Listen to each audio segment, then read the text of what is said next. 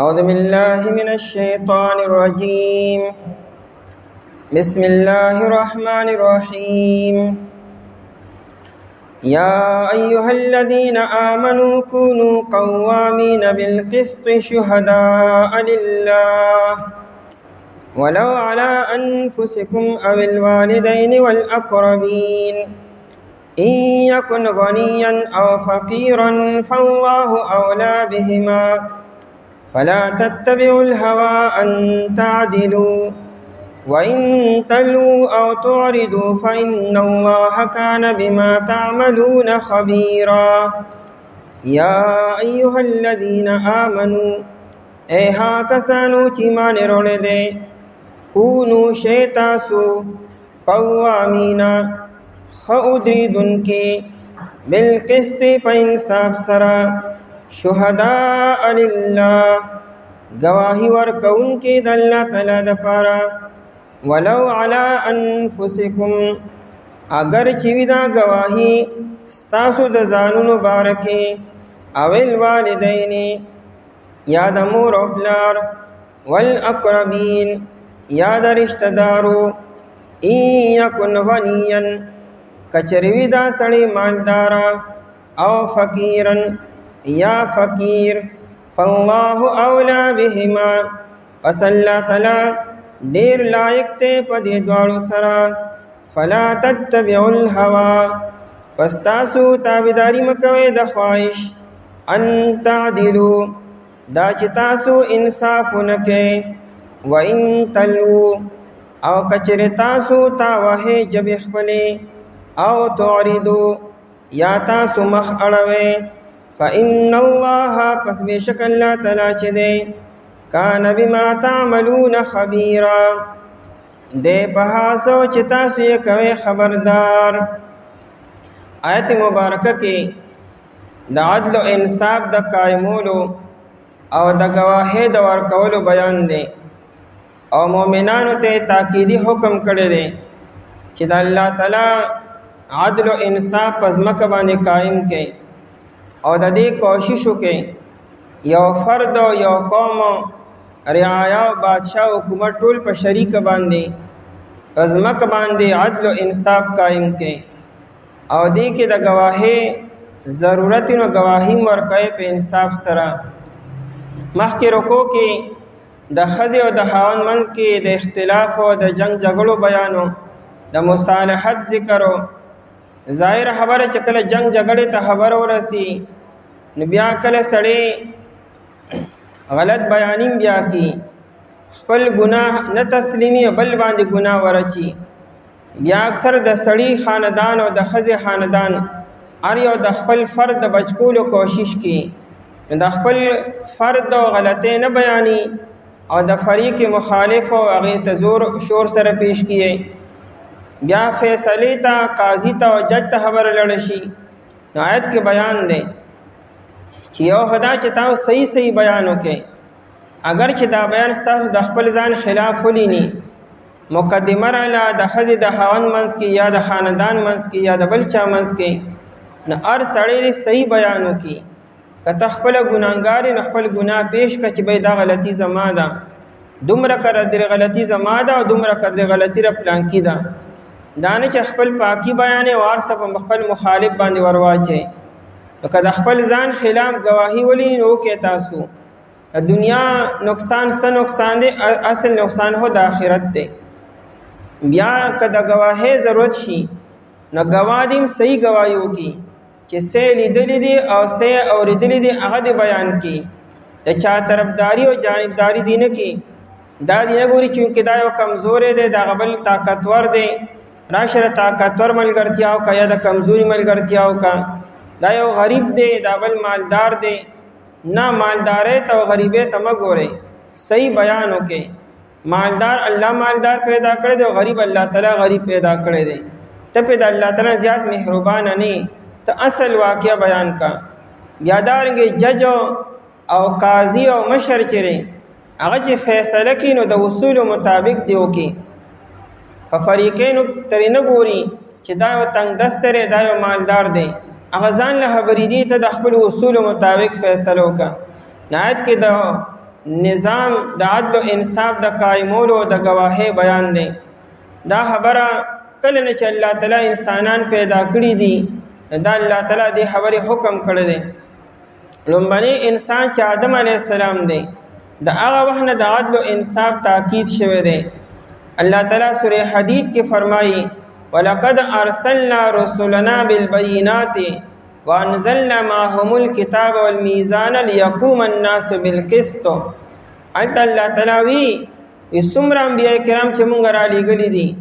هغه ټول چې مونږ په خپل زمانه کې دي هغې له مونږ کتاب ورکړی دی، شریعت ورکړی دی، علم ورته ورکړو او میزان تلې ته وي. په تلې سره د یو څیز کمې بیشې معلومیږي. عدل او انصاف په تله باندې قایمیږي. دې مونږ له تله ورکړې وه او یا هلته کې د تلې نه مرادو شریعت دی. دا ولې لیقوم الناس بالقسط چې خلق انصاف باندې قایم شي، چې هر انسان انصاف وکړي، عدل انصاف وکړي. د انبیاء کرام علیهم السلام مشترکه د هغې یو حکمت دامه یو محنت دامو چې دنیا کې عدل انصاف قایم شي.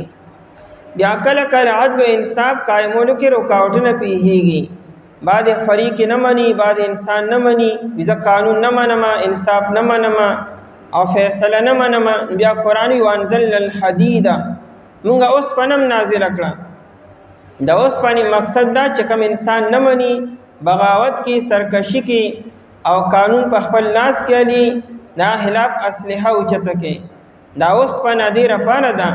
چې هغه د هرې زمانې خپل اسلحه که توره ده او که نیزه ده او که ټوپک او تماچه ده. دا چې کوم سرکشي بغاوت کوم قوم کې هغې خلاف بیا دا توره اوچته کې چې هغه بغاوت او سرکشي پرېږدي. د انصاف دا خبره صرف دی امت ته او دې شریعت کې نه ده، د انسانانو د شعورونه دا مسله را روانه ده چې په ځمکه باندې عدل او انصاف دې قایم شي. دا خبر دلته بیان شوې ده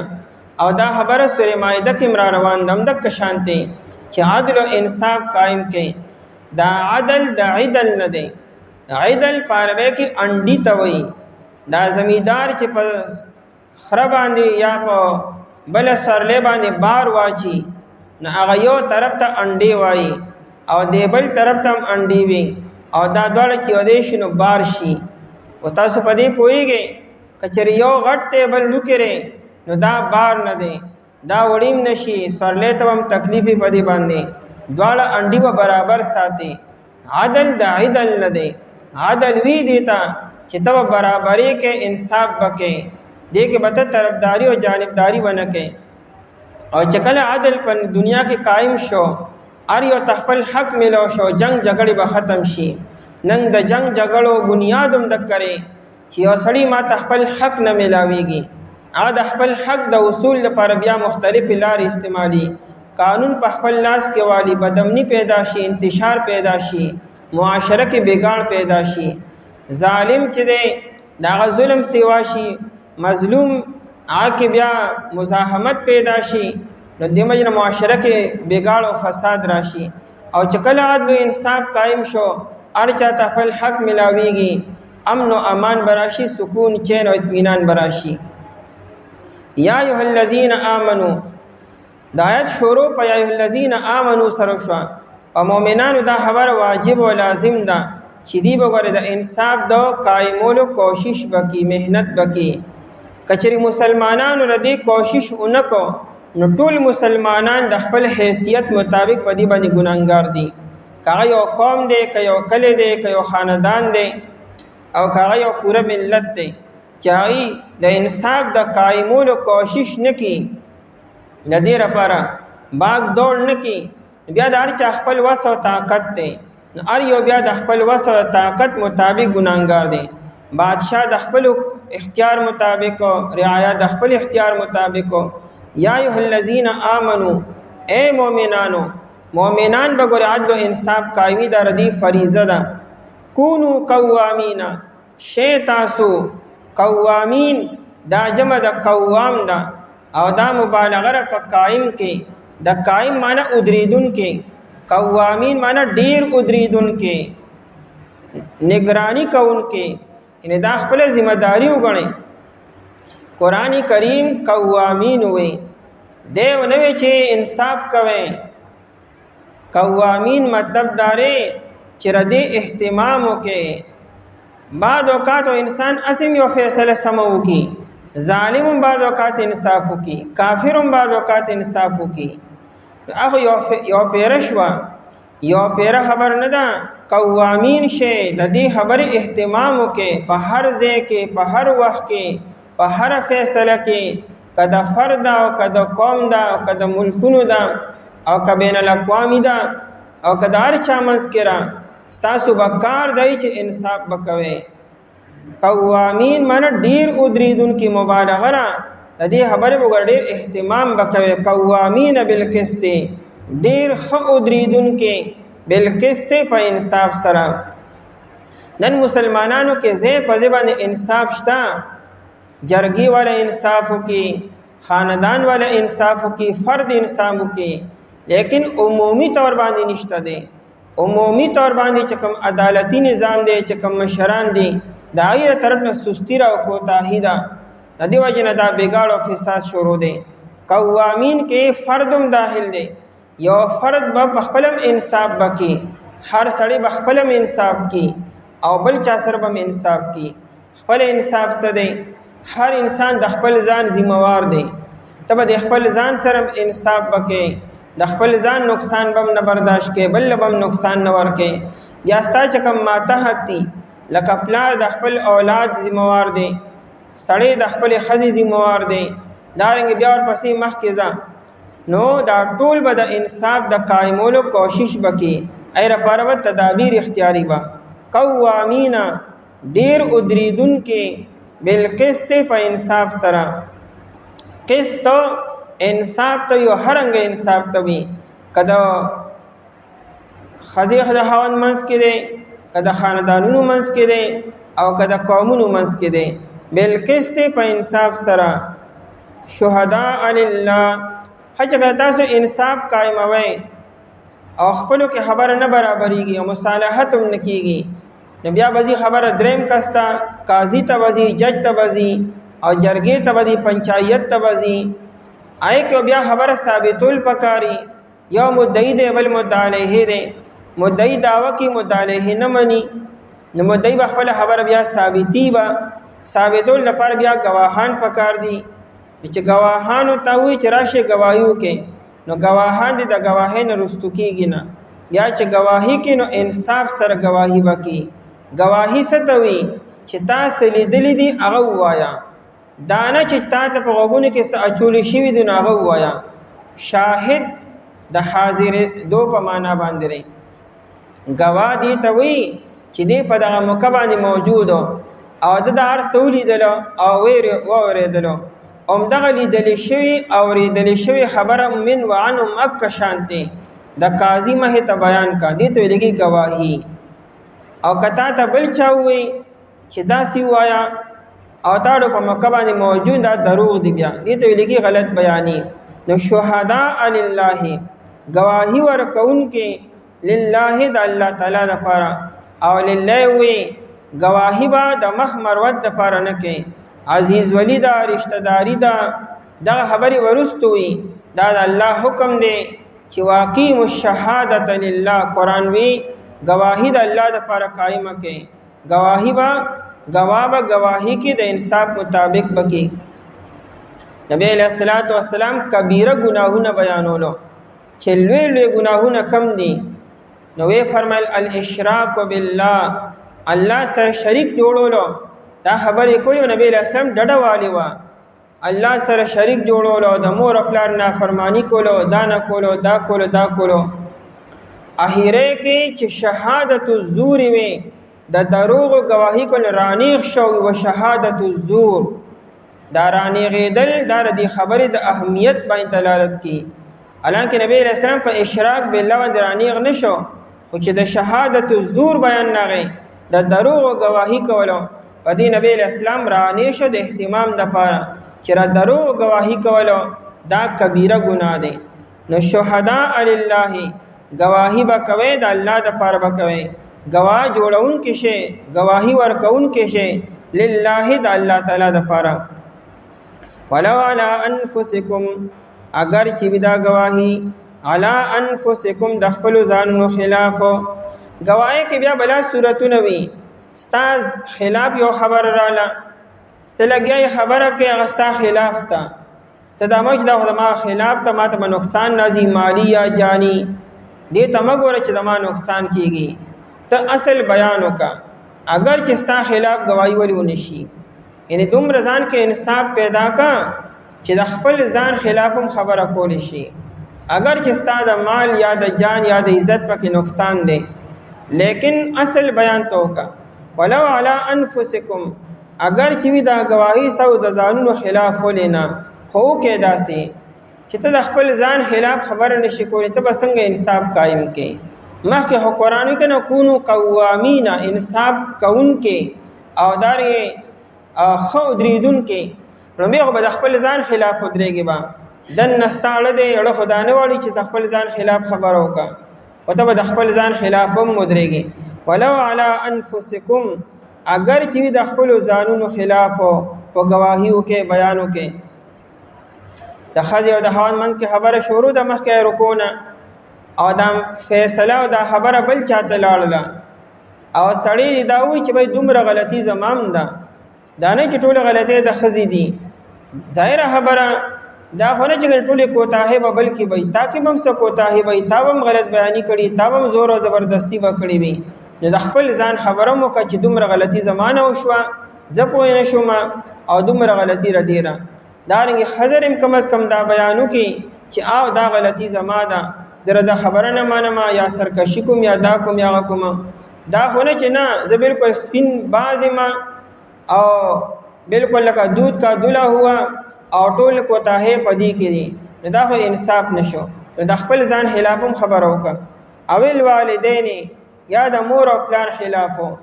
ستا په بیان سره ستا د مور خلاف گواہی کیږي یا ستا د پلار خلافو دې تمګور د می مور دا د می پلار دا د الله حق مخکې او د مور او پلار حق رستو دی دا گواہی د الله حق دی دا صحیح بیان کړه د الله حق دی عدل او انصاف قائمول د الله حق دی او د الله حق او د مور او پلار د حق نه مقدم او مخکې دی نګر چې ستا د مور یا د پلار خلاف خبر ولې نه کیږي او دې تمګور او د الله ته وګوره اول والدین یا د مور او پلار خلافو والاقربین او یا د رشتہ دارو کې بیا د مور او پلار نه علاوه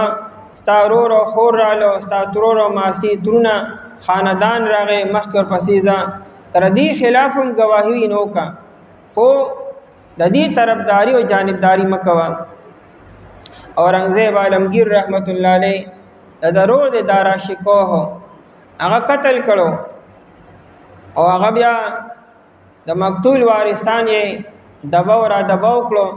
لکه چې شاهي خاندان او حکومت و دی پلاسو کې دارا شکو چې نغزان خلاص کو لیکن اورنګزیب عالمگیر رحمت الله علیه دا د قران کریم حافظ 30,000 احادیث وت سندن یادو او دومره لوی بادشاہت کړل چې الله اکبر دا فتاوا عالمگیری چې دا مشهور فتاوا شپږ جلد کې مشهور فتاوا صحیح دا د په نگرانی کې لیکل شوی دا سلور علما او غیبه دا ټول رد مسائل برا جمع کړو او ماستن بدی چې فارغ شو ابه او قتل نگرانی به پخپل کول بهترین عالمو دې چې څنګه بادشاہ شو دا هغه د مقتول وارثان راوختلو چې تاسو خو دارا شکو چیرې د مارورو هغه تاسو دباو کړی وي آیا تاسو سویل غواړئ آیا دیت قبل وي روغه کوي او کنا قصاص اخلي ناغویره جمعو مقصد قصاص دی دا موږ د مجبورې نه چې موږ روغه ورسه کولو اورنګزیب عالمگیر خپل ورورو دارا شکو خپل سکر وری چره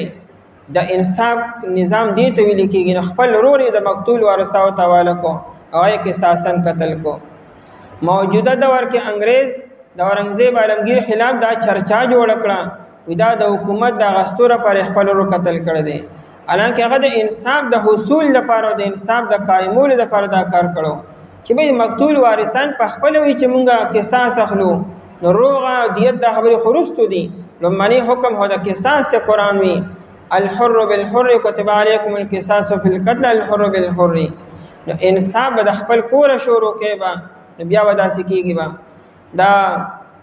عمر بن عبدالعزیز رحمت الله علیه د بیبي چې فاطمه بنت عبدالملک دا د بادشاه لور ده، د بادشاه ښځه ده. د څلور رونه بادشاهان تیر شوي دي، سلیمان بن عبدالملک او هشام بن عبدالملک او ولید بن عبدالملک او دا بادشاهانو. او دا چې څومره په ناز او نعمت لویه شوې ده. عمر بن عبدالعزیز رحمت الله چې څنګه خلیفه شو، لومبی بیبي ته وی فاطمه ته ما سره به اوسېږي او که نه یا تا سره اوسېږم. دا یې په غاړه باندې یو قیمتي هارو او دا ورته پلار ورکړو او دا په ناجایزه به د بیت المال نه راغستی شو. وی دا به قرباني کې لکه دا ستا نه دی، نه ساره پلارو، دا د بیت المالو. د خپل کور نه شروع کړه، ارسه بیت المال کې جمع کړو، خپل ارسو خپل د بیبي مرسو. ای نه پس بیا انصاف شروع کو. او بیا هغه وخت راغی چې په پورا سلطنت کې زکات اصولون کې پاتې نشو. زکات د بیت المال نه وته چې مستحق ته ورکې. نو په بصره کې دونه څوک پیدا نشو چې زکات اصول کی. زکات بیا واپس بیت المال ته راغی. وی ارسره چې زو بالکل صاحب نصاب یم. دا د انصاف هغه حصول چې هغه خپل کور شروع کو. تیلی د خپل ځان په سر باندې اور ولګي نو بیا نور ارس سوځي. ته زری بچ پاتې شمه د ما د کور نه د مار اساسي دی بچ پاتې شي او بل سړی د انصاف کا انکم دی بقایمیږي با. نن مصیبت هم دارې مونږه انصاف غواړو خو د بل د خپل ځان د پاره نه چې د ما نقصان دی پکې نه کېږي، د بل باندې بیا ښه دی. او که د ما د کور شروع کېږي بیا نه، بیا مونږ همه ځان وباسو دی نه. د دې وجې نه نظام درهم برهم دی. والاقربین او د رشتہ دارو خلافو. نبی علیہ الصلوۃ والسلام مه ته د مخزوم قبیله او خزو فاطمه هغه غلا کړو او غلا ثابت شي او نبی علیہ السلام د هغه د لاس کټکلو حکم وکړو. ا قبیله والا وی چیرې مونږ به پیسې ورکو، مونږ به روغ وکړو، لیکن مونږ د زنان لاس ټکټ نشي. هغه ډیر کوشش وکړو. بیا رااله اسامه رضی الله عنه ته وی چې ته نبی علیہ السلام ته سفارش وکړه.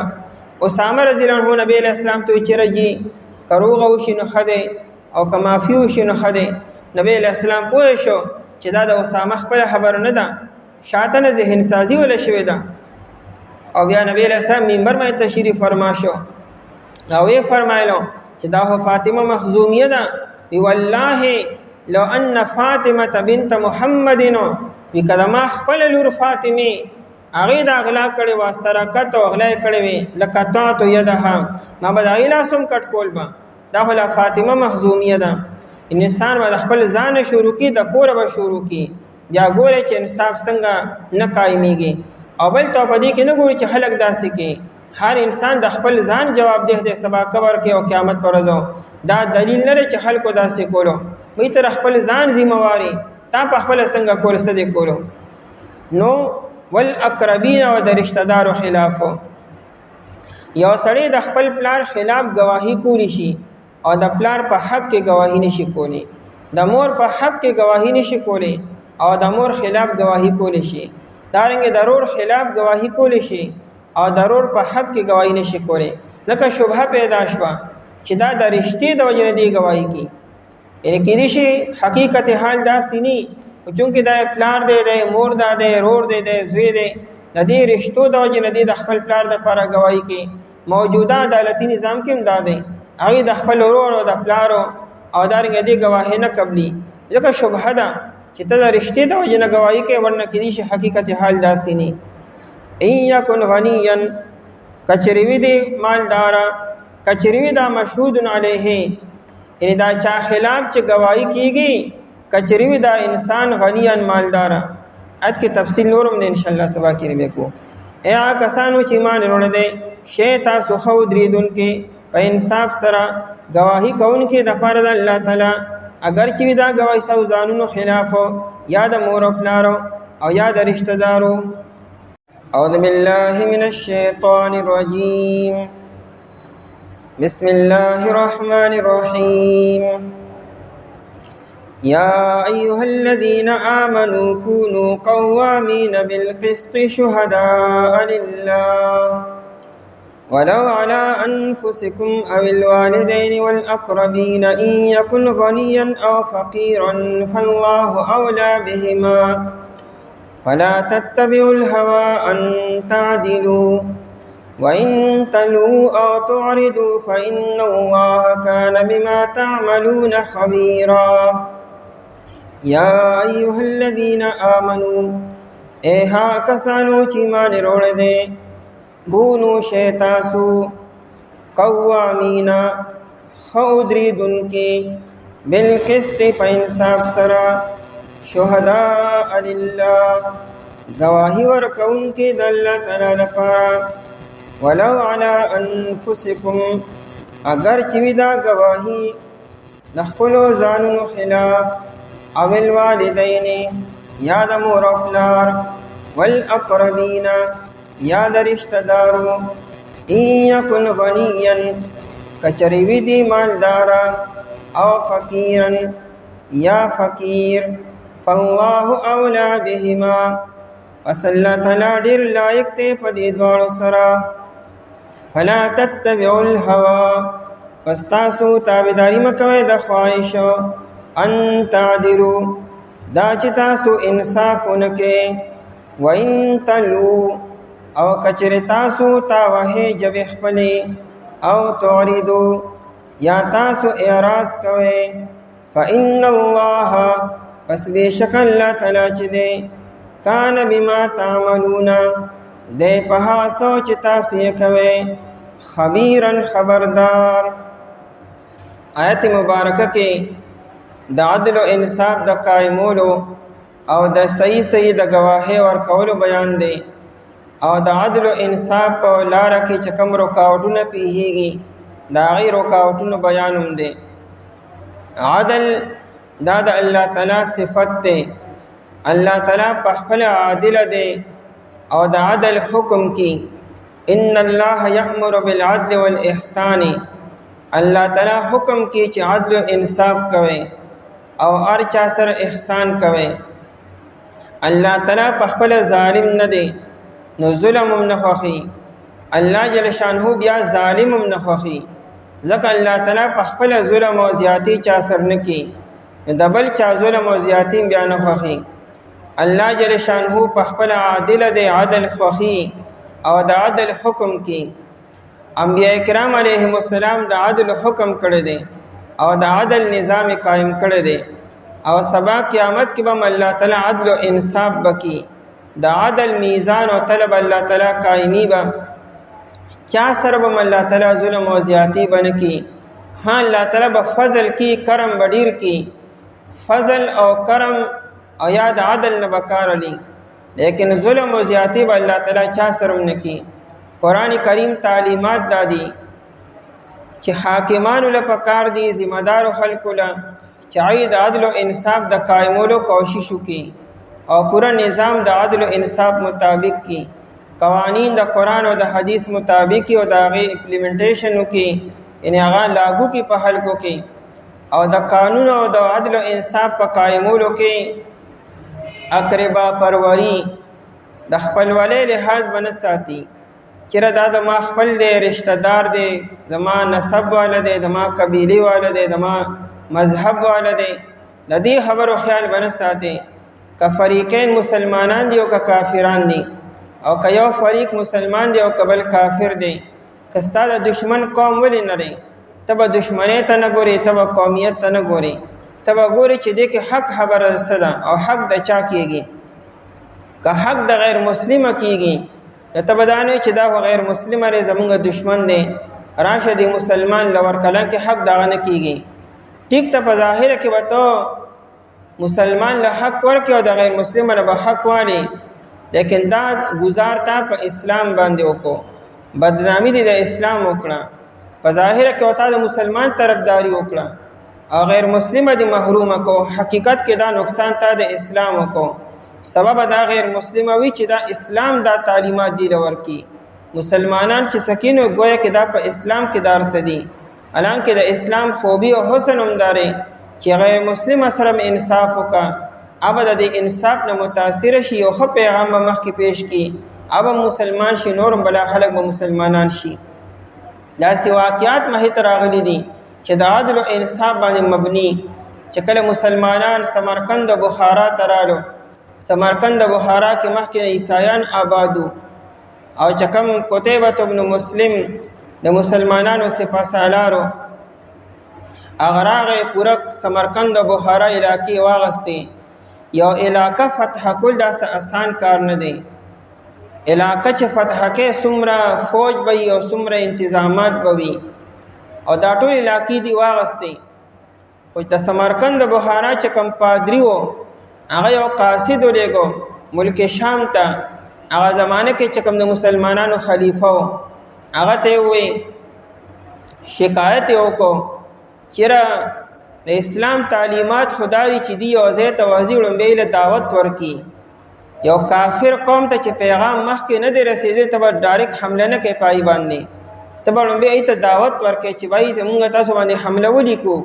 تاسو د الله کلمه ووایئ، د الله بالادستي ومنئ، نو دا ځمکه د الله ده، تاسو پرې اوسېږئ. بیا که اسلام دعوت قبول نه کړي بیا ورته وایي چې جزیه به راکوئ، تاسو موږ له سالانه ټیکس به راکوئ. که هغه هم نه مني نو بیا پرې حمله وکړه. نو پادري دا موقف قایم کو چې موږ ته مخکې چا دعوت نه راکړی، موږ له څوک راغلي نه دي، او ډایرکټ موږ باندې حمله وکړی شوه، نو موږ سره ظلم او زیاتې شوی دی. هغه زمانه کې چې کوم خلیفه و هغه دا قاصد لاړو، هغه د کوره بار راووتو او څنګه چې پرچي وکته، د پرچي شاته یې وکتلو چې د سمرقند د بخارا چې کوم قاضي دی چې کوم والی دی او مشر دی قتیبة بن مسلم، هغه ته زه حکم کوم چې یو قاضي مقرر کا، او د دې چې کوم فریاد رسی دی دو فریاد رسی وکړه، چې کوم فریادي دی د موقع فوره مسئله وره او د هغه بیا خبره پوره کا او لاندې دستخط وکړو. او هغه قاصد له وخت داران سره اوسه. قاصد حیرانو چې دا څه دي دومره ضرر سو شو. خیر راغی پادری له، او پادری ته چې دا شانما لا لیکل راکړو، هغه راغی والی له چې کوم د مسلمانانو مشر سمرقند بخارا کې قتیبة بن مسلم له، هغه فوراً یو قاضي مقرر کړ، دا نوم جمیع عدالت ولګو. عدالت هم په وچ میدان باندې وراشه پادری ساس داوا ده. پادری د خپل داوا پیش کړه چې مونږ ته مخکې نه دعوت نه راکړی شوی، او مونږ باندې بغیر د دعوت نه ناڅاپه حمله شوې ده، او دا ظلم او زیاتې دی. جمیع چې کوم قاضي و هغه قتیبة بن مسلم راوغوښتو، وی دا پادری څه وایي، تاسو د دې خلاف څه ثبوت دی، څه خبره، څه صفایي پیش کول غواړئ؟ هغه وی چې اسلام خو خور شوی دی، د اسلام تعلیمات خو هر ځای ته رسېدلي دي، او موږ خو خوا کې علاقې واغسې دي خبردار دي. قاضي صاحب ورته د چې کوم سوال کوم دای جواب مال راکا،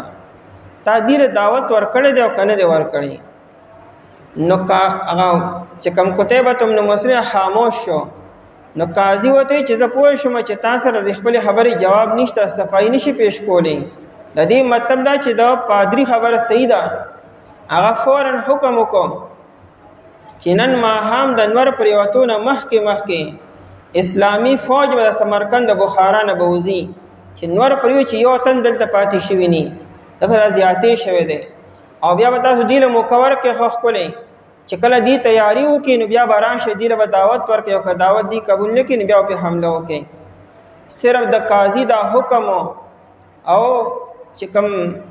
گورنر او کوم والی غم سره ښکته کو اډر وکړو چې دی اسلامي فوج د مازدیګر نه مخکې د سمرقند بخارا نه وتی و، مکمل ارض خالی و. دغه یو ورځ نیمه کې چې عیسایانو د مسلمانانو کم ښکلي اخلاق لیدلو او کم معاشرت لیدلو او کم زندگی لیدلو او کم برکات لیدلو، او بیا دومره سستا انصاف په لږ سات کې چې دومره په یو اډر باندې هر څه خالی شو. ناغي په خپله هغه پادری او عیسایان په خپله مسلمانانو را چې راځئ تاسو ډېر با برکته خلک یې او راځئ دلته کې، او ټول مسلمانان شو. دومره په اسانه باندې ټول خلک مسلمانان شو. اسلام چې خو په اخلاق باندې خور شوی دی، او اسلام په دې انصاف باندې خور شوی دی. اسلام د توري په زور نه خور شوی، نبی علیہ الصلوۃ والسلام ارچا سر انصاف کړی دی د خلکو اسلام نه متاثر شو ایمان راوړی دی. ثمامه بن اسال د خپل علاقې لوی سردارو دی گرفتار شو. نبی علیہ السلام دی د جماعت کې پیلر سره تړلی و، حالانکه دی قتلولم شو، قیدي دی ارسه وسر کولی شو، لیکن 3 ورځې دی پیلر پورې تړلی شو. او نبی علیہ السلام ثمامه سهال دی هغه یې اسلام ته مې رغبت نشته وي، زه خیر د هیڅ خبر نه. او 3 ورځې بعد وی دی پریزه کچری زی خپل علاقې ته او که ایمان نه وړي کار سکی. ثمامه بن اسال 3 ورځې بعد لاړو باغ ته، هلته غسل وکړو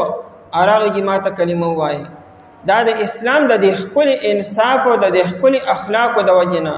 څومره خلک په دې خبره باندې مسلمانان شوي دي. نو آیت کې تعلیم دی چې تاسو انصاف قائم کړئ،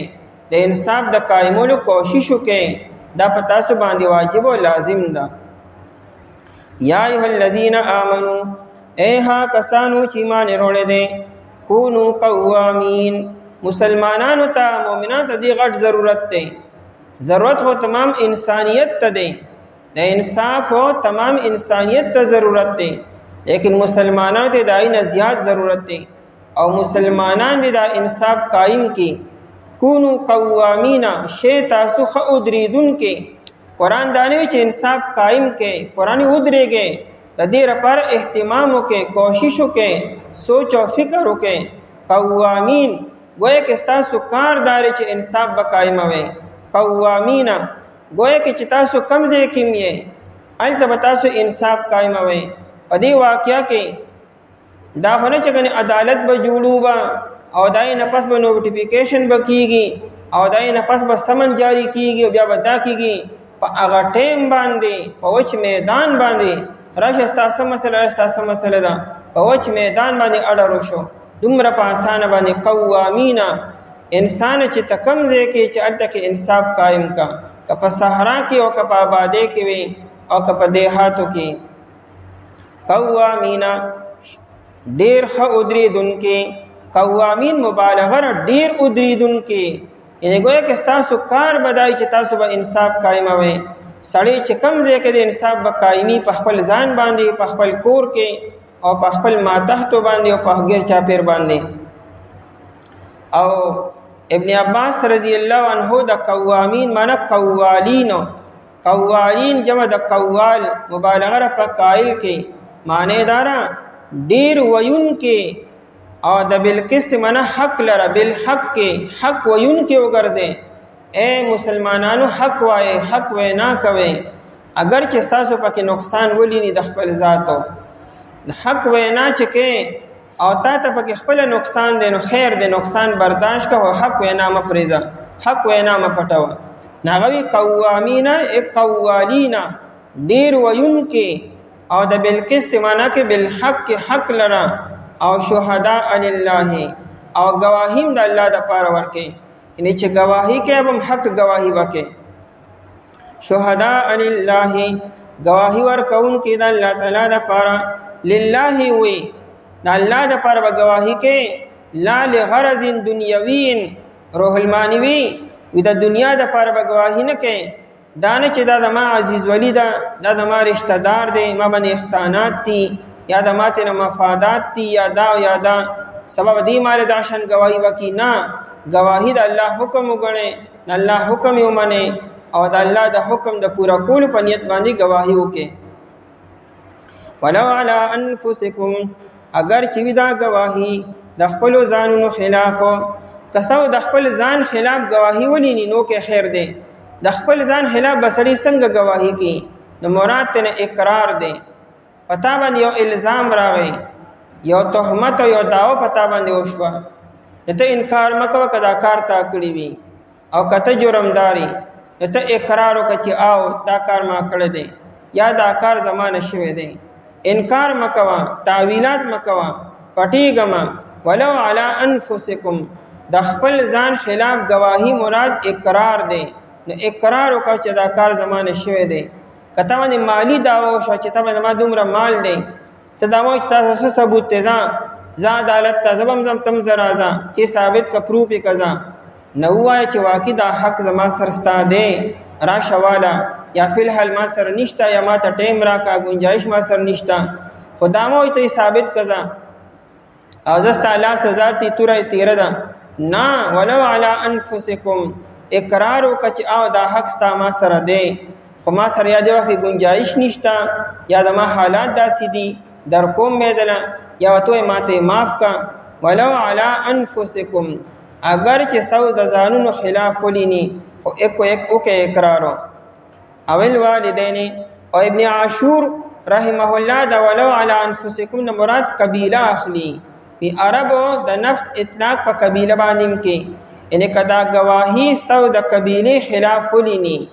د قبایل من کې مسله رااله ته چې د کمی قبیله ستا د قبیله خلاف یو خبره ده ته دا مو چې دا خدما قبیله ده نه اصل خبره وکا کستا د قبیله خلاف خبره ولینی وکا ان ستا د خاندان او ستا د نسب خلاف ولینی دا خبره وکا اول والدین یا د مور او پلار خلاف انسان ته د خپل ځان نه بعد زیات خواږه مور او پلاری د مور او پلار نه زیات خواږه ني دا نبی علیہ السلام او یا صحابه چې وی فداک ابي و امي په پتاي د ما مور او پلار قرباني دې مطلب سی چې ما ته ټول نه زیات خواږه د ما مور او پلار دي خو استانه به د خپل مور او پلارم قربان کما نو دا مور او پلار انتهایی خواږه وي ذکر دې نعم البدل نشتا د دې متبادل نعمت نشته دی د بیبي متبادل نعمت شتا یو وفات شه بل به وکي یو ته طلاق او بل به راولي او د اولاد نعم البدل مشتا یو زید مړ شو الله بل در کی کني بل بدر کی کني زامن دیني الله به داسې خپل دوستان در کی مخلص ملګری به وځه سره اولاد کار کی تعالی لیکن د مور او پلار متبادل نعمت بل نشتا نو ول اول والدین د مور او پلار سونه خواږه دي خو کچره خبره حق ده او دای خلاف ده نو دا مو چې دا خو زما مور ده او دا مو چې دا خو زما پلار دی د دې خپل مور او پلار خلاف هم گواهیو کا اصل خبر بیان کا او دې کې بیا خپل نکاح نیا نکم رالو والاقربین او د رشتہ دارو خلاف د مور او پلار نه بعد بیا د رور او خور او د بیبي د اولادو او د خپل چم گاونډي د دې خلاف هم کچره گواهی رااله نو او کبیا دا مو چې نه دا خدما خپلوان دي ایا کن غنیان نو د گواهی کې یو رکاوټ د رشتہ دارانی چې دې زما رشتہ ده که گواهی کوم دې دشمنان کیږي نه هغه دې دا دشمنی نه غني هغه دې چې دا مسلمان دی د اسلام حکم دی وته دمو خلاف گواهی وکړه صدرو خبره نه راکړي چې خفغان نه پکارو او دلم رستو کې دل نه پکارو او د گواهی په باب کې یو رکاوټ او مالداری او غریبی وي بعد وقات یو مالداری سړی وی کړه د خلاف گواهی کوم نبی باندې ما ته تکلیف برا رسی یا ما سر بیا امداد نکی او بعد وقات فقر او غربت سړی وی کده سره د خلاف گواهی کوم اسیم غریب دی نور بم خراب شي نور بم تنگ دست شي نته دا غریبه او امیره تم ګورا ته وګوره چې حق بیان سده ان یکن غنیا کچریوی دا مشهود علیه کچریوی دا چا خلاف چې گواهی کیږي غنیا مالدارا دا د مالدارې د وجه نه گواهی ما پټوا او ما رستو کوا او ما بیان غلطوا او فقیرا یا تنگ دست او غریب دی دا چا فقر او د غریبه او د مالدارې د وجه نه گواهی ما بدلوا او ما پټوا فالله اولا بهما پس الله تعالی زیات لایق ته زیات نږدې په دې دواړو سره څه مطلب الله ته د غربت او د مالداری معلومه ده او الله تعالی په دې زیات مهربان دی خو تا ته حکم داري چې ته گواهی ورکا چې داغه په گواهی ورکولو کې او انصاف قائمولو کې د چا فقر او د چا مالداری دا حائل او رکاوټ رانی شي فالله اولا بهما پس الله تعالی زیات لایق ته په دې دواړو سره او مطلب دا چې تاسو را گواهی نه رستو کېږئ ما چې ردی مالدار دی یا د سر طاقت دی یا دا یو چې دی غریب دی او تنگ دست دی زما د غریبۍ نور مزید نقصان نشي نه تخپل گواهیو کا دا مالداری او دا غریبی د الله تعالی ته معلوم دی او الله په ډول باندې زیات مهربان دی او سوره مائده کې وسره یو بل خبره هم کړې ده ولا یجرمنکم شنآن قوم کچره دا گواہی چې تر چا خلاف کې دا ستا دشمن دی او یا ستا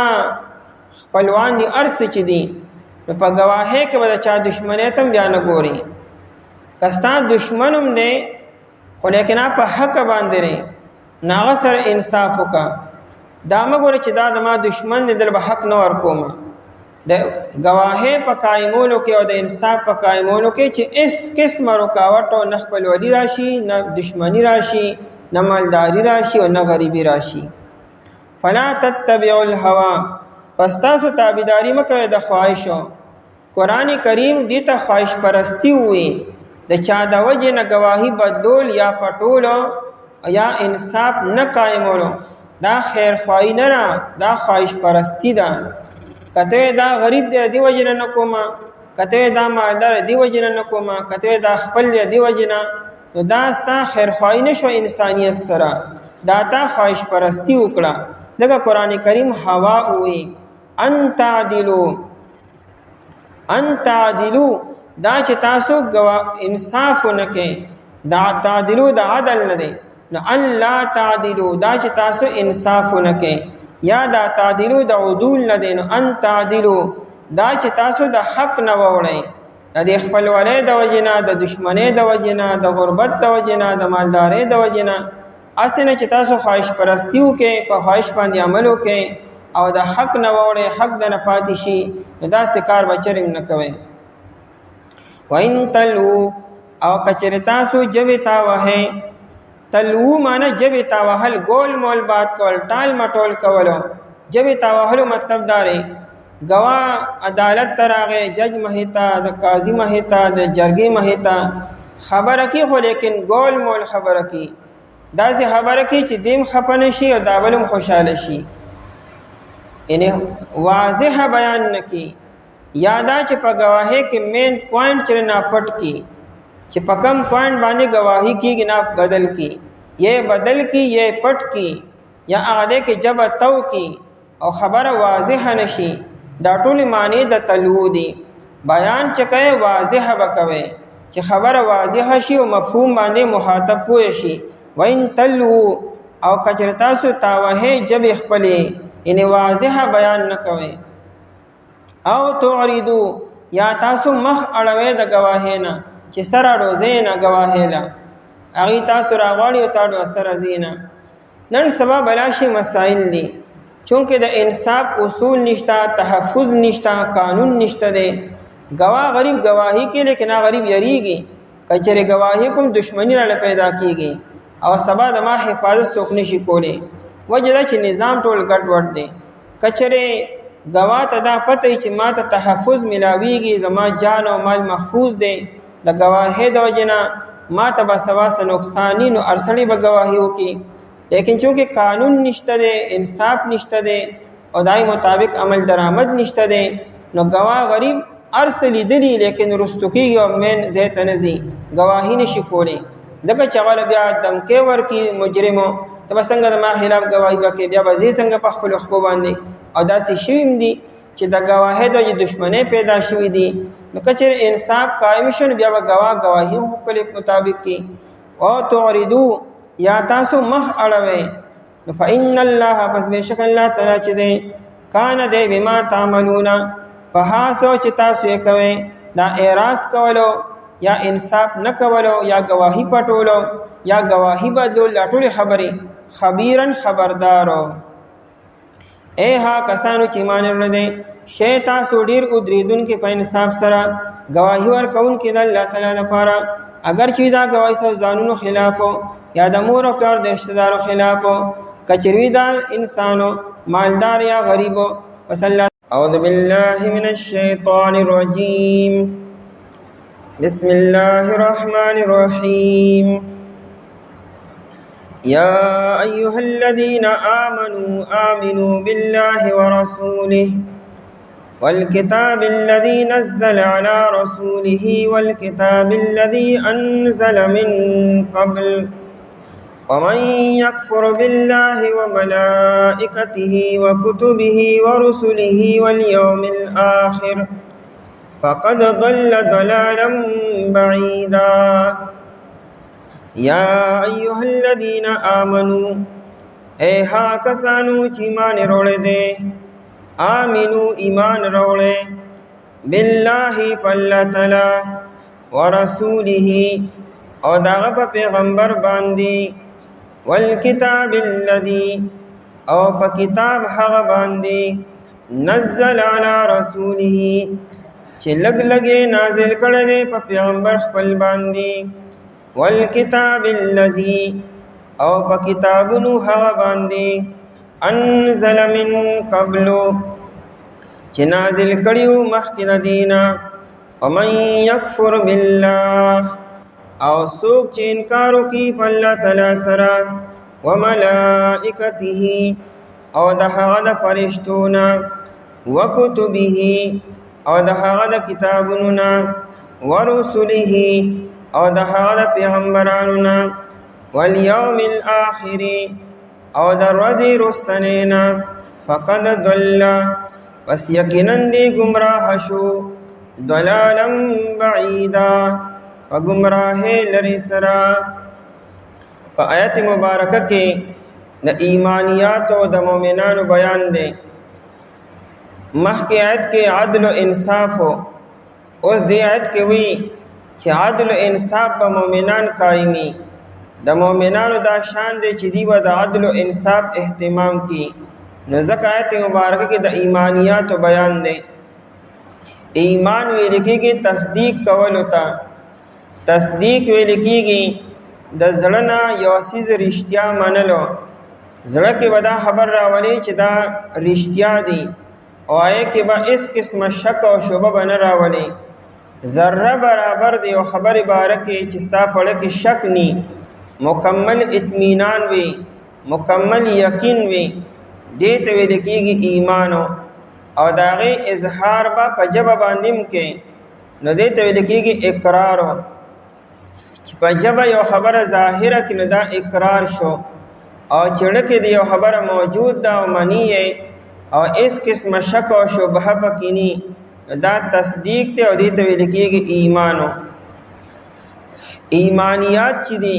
سمرم دي نو په دې باندې ایمان ساتل دا فرض دي کدی وی خبرې نم یو سړی انکار وکي نو دې سره انسان کافر کیږي نه دی مؤمن نه دی ایمانیات کې باندې خبره د الله تعالی ذات دی الله تعالی ذات به یو منی د هر قسم د عیب او د نقص نه پاک منی بیا د الله تعالی صفات دي هغه به حق او سچ به منی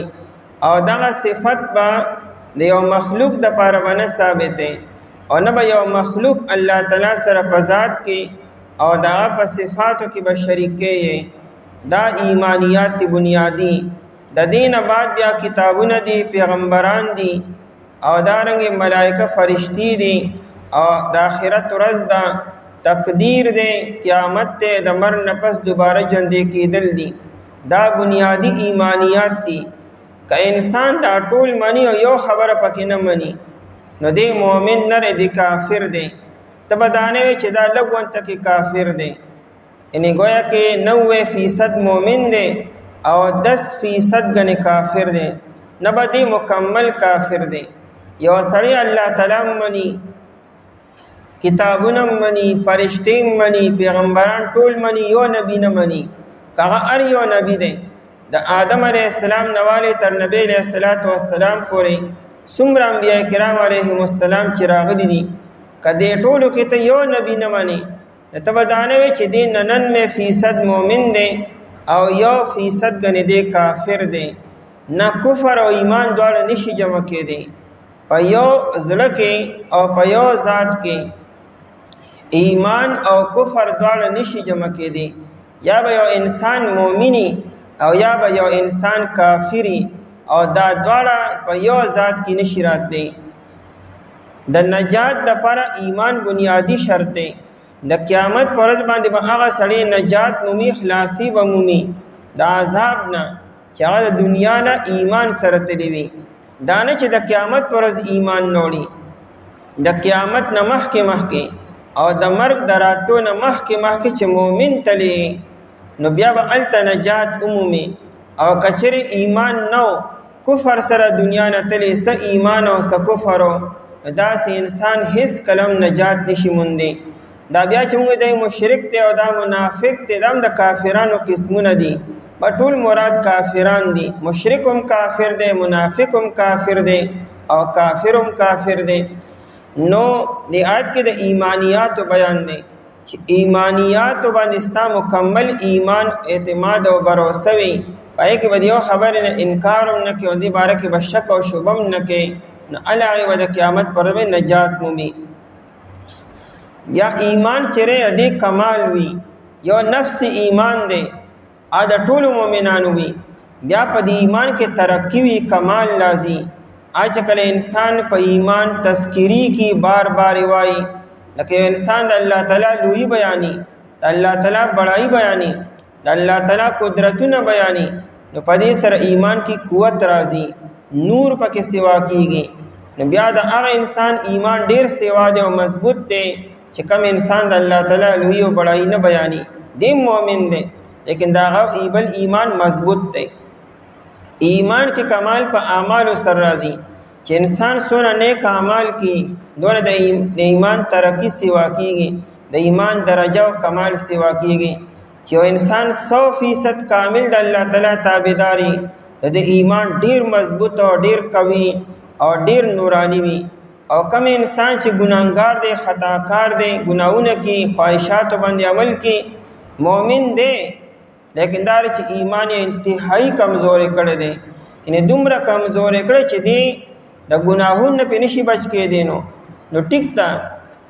چې کفریات یې نه دی کړی، کفر والا کار یې نه دی کړی او آخرت ته بغیر توبې لاړو، نو ایمان خو پکې شته، یو ورځ به نجات عمومي. لیکن دا که د الله تعالی فضل په ده باندې ونه شو او حساب کتاب ورسره وشو، نو د دې اعمالو سزا به ورته میلاویږي. خو ایمان پکې چونکې شته دی، یو ورځ به د ایمان د وجې نه نجات به عمومي. هغه بیا د الله تعالی مرضي ده چې کله ول اخلاصي ورکړي. خو هغې چې ایمان یې بچ ساتلی وي، که ایمان سره کفر ګډوډ شي، یو ځای شو، شرک پکې راغی، منافقت پکې راغی، بیا خو ایمان پاتې نه شو، بیا د نجات چرې نشي کېدی. نو انسان چې نیک اعمال څونه ډېر کړي، د ایمان کې کمال راځي او درجه سیوا کېږي. الله جل شانو هر انسان چره دی او خپل معتدل پیدا کړی دی. لقد خلقنا الانسان فی احسن تقویم، انسان په اعتدال سره برابر پیدا شوی دی. یا چې کله انسان دنیا کې راغی، نیک اعمال څونه سیوا کی، د انسان درجه سیوا کیږي تر دې چې د فرشتو سره برابر شي. خلق دا فرشته صفت دی. موږ خپل محاوره کې ویل کې د فرشته صفت دی. څه مطلب و؟ دکې د فرشتو صفات رالو، څنګه چې فرشتي ګناهونه نه کوي، څنګه چې فرشتي خواهشات نه لري، څنګه چې فرشتي عبادت خوښي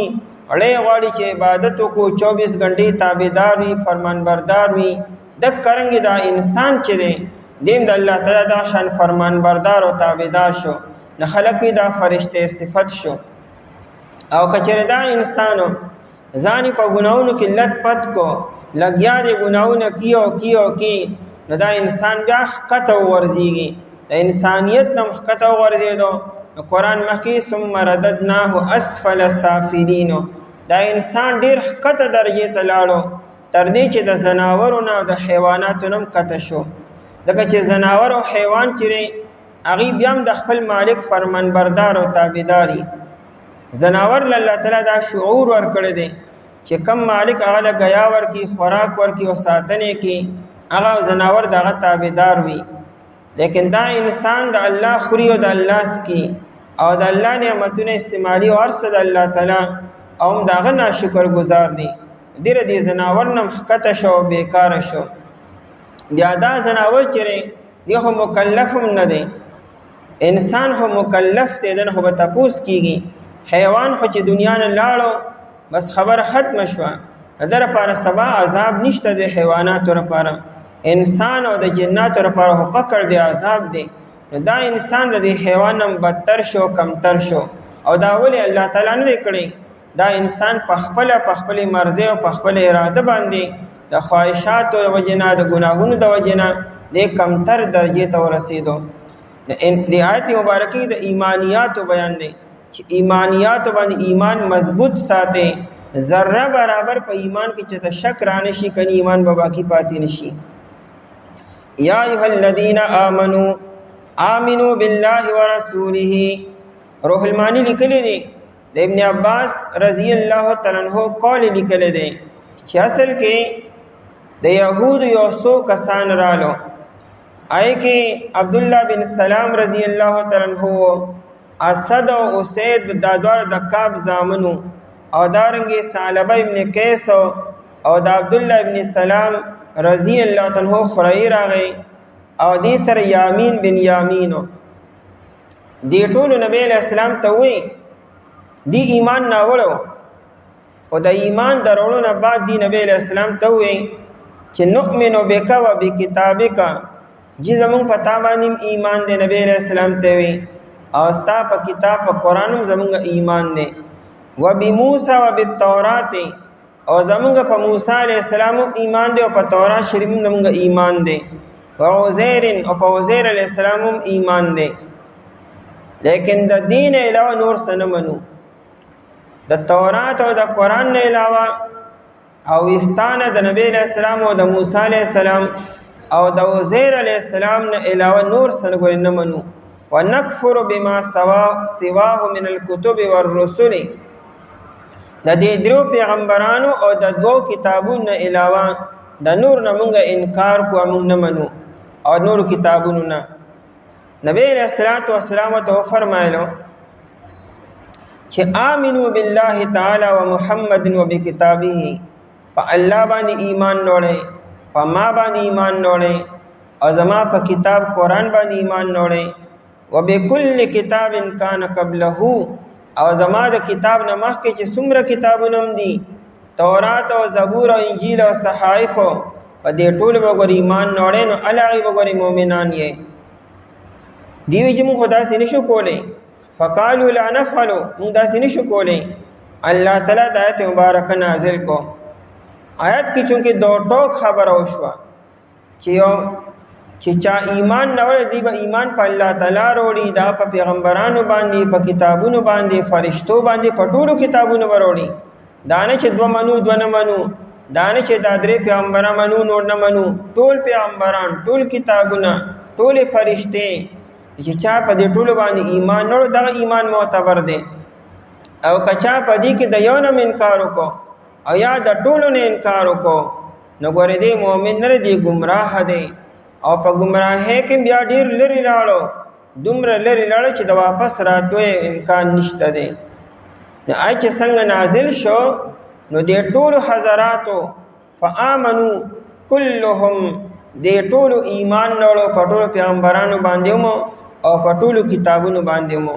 دا کوم حضراتو نمونه چې واغستی شو، دی فوراً اقرار وکړو، اعتراف وکړو چې ټیک ده موږ په ټولو پیغمبرانو ایمان ساتو او په ټولو کتابونو باندې مو، او موږ پکې فرق بالکل نه کوو. نو آیت کې سناشنا خطاب دی، مؤمنانو ته خطاب دی چې ایمان وروړئ. یا ایها الذین آمنو، اے ها کسانو چې ایمان وروړی دی، آمنو ایمان وروړی تاسو، مؤمنانو ته وی ایمان وروړی. لکه مؤمن بیا ایمان وروړي، نو دې مؤمن نه رسو. نو آیت مبارکه کې یا خدا چې منافقانو ته خطاب دی، چې کوم د مدینه منورې منافقانو هغه صرف په خله باندې ایمان نه وړو. یا ایها الذین آمنو، اے ها کسانو چې هغه په خله باندې او په جبه باندې ایمان نه وړي دي، په ظاهر کې ایمان نه وړي دي، نه ته قرآن وی آمنو، ایمان وروړي د زړه نه. اوس هم ایمان صرف په جبه باندې رندا ایمان نه لري، ایمان اصل کې د زړه سره تعلق ساتي. نو قرآن آمنو بالقلب، په زړه سره ایمان وروړي، د زړه نه تصدیق وکړي، او یادا چې اخلصو الایمان، خپل ایمان خالص کې، څنګه چې په جو باندې وایي په لکم دغه شانتي وایي، نو الله به مؤمنان شي. او یادا چې آیت مبارکه کې مؤمنانو ته خطاب دی ټولو ته، بیا مطلب داري یا ایها الذین آمنو اے ها کسانو چې هغه ایمان وروړي اجمالا او مختصر ایمان راوړی دی نو آمنو مفصلا ایمان وروړي تفصیلا چې څومره ایمانیاتم دي هغه ټول باندې ایمان وساته مضبوط ایمان وساته مله چې مؤمن تم د ایمان ضرورت دی مؤمن بم د ایمان تذکری وکي بار به د ایمان گواهی وکي چې دې سره ایمان مضبوط شي نو مؤمنانو تم د ایمان خطاب دی تاسو د ایمان تذکری کوي د ایمان گواهی ورکوي بار ورکوي چې ایمان مضبوط شي او کلک شي دیو جن صحابه کرام رضی الله عنهم با ابو هريره رضی الله تعالی عنہ معاذ ابن جبل رضی الله تعالی عنہ دیو بازار ترالو او دیو صحابت راځي چې په الله باندې ایمان نوړو راځي چې په الله باندې ایمان نوړو نؤمن بنا ساعتن راځي چې لک ساعت په الله باندې ایمان نوړو چا اشکال وکړو چې مونږ خو ایمان یو پیر وروړي بیا څنګه ایمان نوړو نایو توی اصل کې عمر رضی الله عنه وته وي چې د دې د ایمان تذکری خوخي دي دې دا وړي چې د ایمان تذکری وکړو د ایمان ذکر وکړو دغه مطلب د ایمان درولو دی ایمان هتا سرول دی اراده چې د ایمان مذاکره وکړو د ایمان تذکره وکړو دې سره ایمان سیوا کیږي نو مؤمنانو ته د ایمان ضرورت دی دای به ایمان تذکری وکي مذاکره وکي د الله لوی به بیانې دې سره ایمان کې قوت او طاقت پیدا کیږي مؤمن بدانه چې ما ته د ایمان ضرورت نشته بس ما ایمان ناوړ دی نه مؤمن تم د ایمان ضرورت دی دی به د ایمان ذکر وکي مذاکره وکي بار ظاهر خبره انسان چې د کم سیزو ذکر بار کی داغي اهمیت پړه کې پیدا شي او داغي بیا فورن ذهن التزی نن چې دنیا ذکر بار کیږي ارزه کیږي د ماشومانو نه د لویو نه نارینو نه زنانو نه ارزه کې دنیا اهمیت سیوا شوی دی کردی مقابله کې د الله تذکره کې د الله لوی بیان ده د الله اهمیت به سیوا شو د الله تعالی لوی به انسان پړه کې ناستوا چې د کم سی ذکر ډیر کیږي مذاکره ډیر کیږي دای اهمیت خامخا د انسان پړه کې کینی آمنو چې چا ایمان وروړي د هغه دی ایمان وروړي چې چا ایمان مجملا وروړي مختصر او تفصیلا ایمان وروړي یا مؤمنانو ته چې کلک شي په ایمان کې بالله په الله تعالی باندې لومبني ایمان بد الله تعالی په ذات باندې ساتي د دې خبرې گواهی وکړي چې او ذات د سشتا چې د کائنات پیدا کون کې دي او د دې چلون کې دي او دا کائنات بغیر ورس ختمي چې هغه د الله تعالی ذات وایي ورسوله او دا په پیغمبرانو باندې دیم امر د الله تعالی په پیغمبرانو و ایمان وروړي پیغمبر د الله تر طرف نه قاصد وي پیغام رسون کی پیغمبر اصل کې پیغام برو یعنی پیغام پہنچانے والا پیغمبر د الله پیغامونه بندگانو تر رسی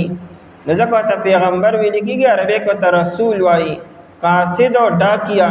ورسوله دا په پیغمبر باندې د رسول نه مراد نبی علیہ الصلوۃ والسلام دی والکتاب الذی او په کتاب هغه باندې نزل چې لګ نازل کړی دی علی رسوله په پیغمبر خپل باندې چې مراد نه قران کریم دی په قران کریم باندې څو کې ایمان نوړي نزل وروړو قران کریم لګ نازل شوی دی نزل لګ نازلې دوتا او راتو ته ویل کېږي قران کریم په یوځه دنیا ته نه دراغلي سرپاسه دوی ښکاله کې دنیا ته راغله دي ځکه نزل وي په دې باندې ایمان نوړي والکتاب الذی او په کتابونو هغه باندې دا کتاب اسم جنس دی ټول کتابونه ته مراد دي الذی انزل من قبل هغه چې نازل کړی دي مخکې دینه دلته انزل وروړو انزل کې یو سیدو چې په یوځه یک مشت او په یو پیره کې راشي ایت انزل وای دا مخکنی کتابونه په یوځه ورکړې شو لګ نو تورات شریف موسی علی السلام ته په یوځه ورکړې شو انجیل شریف په یوځه باندې دارنګه زبور شریف په یوځه باندې ذکر پر انزل وروړو ومن یکفر بالله او څوک چې کفر وکي په الله تعالی سره کفر معنی انکار کولو نه منلو ومن یکفر بالله دا یکفر بالله کافر تا مشرک تا منافق او دریوالو ته شامل دي. څوک چې انکار کوي په الله تعالی باندې یعنی الله نه مني، لکه دهریه د سره د الله تعالی ذات نه مني، هغوی دا نظام خود به خود چلیږي. نو څوک چې الله تعالی ذات د سره نه مني یا د الله تعالی ذات مني لیکن هغه سره بل څوک شریک کړي، هغه په یکفر بالله کې داخل دی. وملائکته او دغه د فرشتو نه انکار وکړي. دلته فرشتي مقدم کړي د کتابونو او د رسولانو نه، ځکه چې د الله تعالی پیغمبر ته فرشتي وروړي. بلدا چې د پیغمبرانو نه مخکې الله تعالی فرشتي پیدا کړي دي. الله تعالی چې کله اراده وکړه د مخلوق د پیدا کولو، نه الله تعالی فرشتي پیدا کړي. نو د فرشتو پیدایش مخکې شوی دی او د انسانانو پیدایش وروسته شوی دی. بلدا چې دا پیغمبرانو ته پیغامونه مرارسي وحی وروړي، نو ځکه ملائکته مقدم کو. او د فرشتو داغه نه که د ټولو فرشتو نه انکار وکړي که د یو نه انکار وکړي، لکه د یهودو چې د دې جبریل علیه السلام نو خوښو، وي ځکه دې نبی علیه السلام ته زمونږ پیغامونه رارسي او بل دا چې د په مخکنو قومونو باندې عذابونه راوړي دي. نو که سړی یو فرشته مني او که دوه نه مني او که ټولې نه مني دا کافر دی. وکتبه او دا د کتابونو نه 4 کتابونه غټ دي او 100 صحیفې وي، ټوټل یو 104 4 د 5 کتابونه دي. ورسله او دا د پیغمبران چې ارسونه دي. قرآن کریم کې هو تقریبا د 27 پیغمبرانو ذکر دی. نور کم دی کې سوکو دای تفصیلات زیات نه معلومه، بس څومره پیغمبرانو چې الله تعالی را لېږلي دي کوم ته معلوم دی او که معلوم نه دي، هغه ټول باندې به ایمان ساتي. یو پیغمبر په شان کې به ګستاهی نه کوي، بے ادبی به نه کوي، هغه لپاره دغه باندې به الزام نه قایمي. هر یو پیغمبر چې دی ورسله دا د الله تعالی برګزیده پیغمبرانو معصومو د دینه ګناونه نه کېدلو، الله تعالی بچ ساتلی دي. ورسله او دا د پیغمبرانو نه والیوم الاخر او د ورځې رستنی نه. آخر رستنی توي اخیری توي د دې دنیا چې کله اخیرانه ورځي چې دای نه پس ورځ بیا ناراضي، نه هغه تنه مراد ده. والیوم الاخر او ورځ رستنی. نو د رستنی مطلب دا دی چې کله د دنیا ان کیږي او چې هغه بالکل د دنیا به اخیره ورځي بیا به سال لنور نه راخیږي، نایت الیوم الاخر او مایت قیامت ویل کیږي. په دغه ورځ به قیامت قائم شي. والیوم الاخر فرض رستنینا چې مراد نه قیامت دی. نور ایمانیاتم شته لکه تقدیر دی، لکه د مر نفس دوباره ژوند کېدل دي، حساب کتاب دی، جنت او جهنم، دا ټول خبرې په دې کې داخل دي. نو چې څوک د دې ټول نه انکار وکړي او یا د یو نه انکار وکړي نو فقط ضل،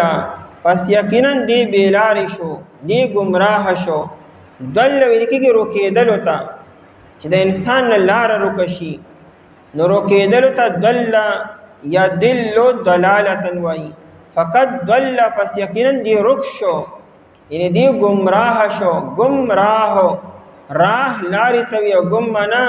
روکېدل او لار وی روکه شوي، نو گمراه ته موږ اردو کې وایو. نو فقط ضل پس یقینا دی گمراه شو، دی رک شو. ضلالا بعیدا په گمراه کېدو لرې سره. دنیا کې خلک رکیږي او بیا خپل کور ته معلوم شي، خپل منزل او مقصود ته معلوم شي چې کوم دی ته روان دی، لیکن دا انسان داسې رک شو چې دی به چته لاره واپس ونه مومي او منزل مقصود ته به ونه رسي. ضلالا بعیدا په ګمراهۍ لرې سره. او لرېواله مراد د مقصد نه ډېر زیات لرې شو. انسان چې دنیا ته الله تعالی را لېږلی دی نو د الله تعالی د پیژندلو دپاره دا انسان بیا دوباره الله ته مخامخ کېږي و ملاقات به ورسره کړي. دا انسان مقصد دی چې د رب خوشحاله او راضي کړي، ډېره دې مقصد نه ډېر زیات لرې شو. چې انسان د منزل مقصود نه ډېر زیات لرې شو نو کدی هر څومره ګرځي او ګرځي او ګرځي دی به چرته خپل سفر پوره نه کړي، دی به چرته خپل مقصد ته ونه رسي. نو بعیده دا یو محاوره ده، یو تشبیه ده کوم انسان چې په صحرا کې لار روک کړه او دا انسان ګرځي او لار ورته نه ملاویږي، دی به آیا نجات به ومومي؟ چې دسه د خوراک او اسکاک سیزونه به ورسره ختم شي او دی په دلدل کې انخطرې، نو دی به څنګه نجات مومي؟ وی دا انسان هم داسې رک شو دومره لرې پرېوتو چې دی د مقصد نه رک شو، د نجات نه رک شو. نو دی په کوم وعده کې به غرق کېږي او په کوم وعده کې به مرګ راځي او په کوم حال کې به راځي. فقط ضل ضلالا بعیدا، پس یقینا دی رک شو، بېلارې شو، بېلارې کېدو ډېر لرې سره. هغه چې د مړ نه مخکې توبه نه وباسلي او د مړ نه مخکې ایمان نه وروړي، نو هغه رک شوی دی. او که د مړ نه مخکې توبه وباسله او ایمان یې وروړو، بیا رک شوی نه دی، بیا منزل مقصود ته راورسېدو. ای هغه کسانو چې ایمان یې وروړی دی، ایمان وروړی تاسو په الله تعالی باندې او په پیغمبر د هغه باندې او په کتاب هغه باندې چې لږ نازل کړی دی په پیغمبر خپل باندې او په کتابونو هغه باندې چې نازل کړي وو مخکې ردینه. او څوک چې کفر وکړي په الله تعالی او د هغه فرشتونه او د هغه کتابونو نه او د هغه پیغمبرانو نه او د ورځې وروستنۍ نه، پس یقینا دی ګمراه شو، په ګمراه کېدو لرې سره. اعوذ بالله من الشیطان الرجیم، بسم الله الرحمن الرحیم. إن الذين آمنوا ثم كفروا ثم آمنوا ثم كفروا ثم ازدادوا كفرا لم يكن الله ليغفر لهم ولا ليهديهم سبيلا بشر المنافقين بأن لهم عذابا أليما الذين يتخذون الكافرين أولياء من دون المؤمنين أيبتغون عندهم العزة فإن العزة لله جميعا إن الذين آمنوا بشكها کسان چې ایمان وروړی دی ثم كفروا بیا دی کفر وکړو ثم آمنوا بیا دی ایمان راوړو ثم كفروا بیا دی کفر وکړو ثم ازدادوا كفرا بیا دی زیات کړلو په کفر کې ثم ازدادوا كفرا بیا دی زیاتیو کو په کفر کې لم يكن الله ندی الله تعالی لیغفر لهم چې بهنه به وکړي دیتا ولا لیهدیهم سبیلا او نه به هدایت وکړي دیتا د نیغ لارې بشر المنافقین تزیر ورکا منافقانو ته بأن لهم چې بېشکه د دې دپاره دی عذابا علیما عذاب درناک الذین یتخذون منافقان کسان دي چې دی نیسي الکافرین کافرانو لرا اولیاء دوستان من دون المؤمنین ما سوا د مؤمناننا ایبتغون عندهم آیا دی لټوي دی کافرانو سره العزت عزت لرا فإن العزت لله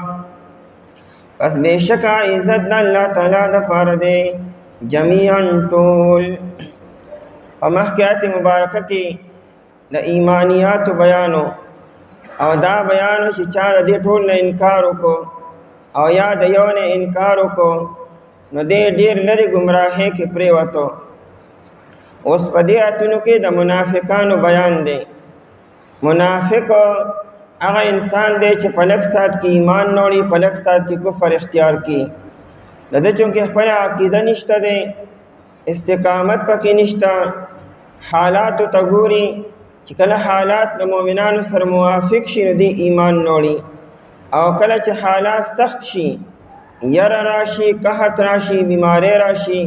نو د اسلام نه وړي کفر ته ورسیږي. دې آیتونو کې د منافقانو بیان دی چې څوک بار بار ایمان نه وړي او بار بار کفر کوي، الله تعالی به داسې انسان ته هدایت ونه کړي او الله تعالی به داسې انسان ته مغفرت او بخښنه به ونه کړي. ځکه د ایمان نکیل او لوبه جوړه کړې ده سار کې مؤمن وي ماښام کې کافر شي، ماښام کې مؤمني سار کې کافر شي. حالاتو ته ګوري، موسم ته ګوري، د حالاتو مطابق ایمان او کفر اختیاري. د داسې انسان نه څه عقیده شته، نه ایمان شته، نه مذهب شته،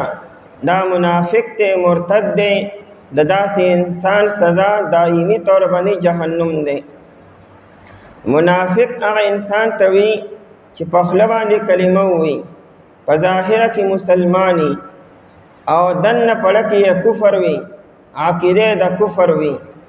او د ایمان تعلق د زړه سره دی او زړه کې د ایمان نشته، نو دې ته منافق ویل کېږي. نبی علیہ الصلوۃ والسلام چې کله مدینه منورې ته تشریف وروړو او د خلکو توجه نبی علیہ الصلوۃ والسلام طرف ته شوه، نو خلک داسې چې هغوی د سردارۍ په تمه او په امید باندې وو چې د مدینې منورې مشري او سرداري به موږ ته میلاویږي. په دې کې دا دوه کسان سر فهرست وو، یو په یهودو کې عکاب بن اشرف او دویم د مدینې خپل خلکو یعنی خپل باشنده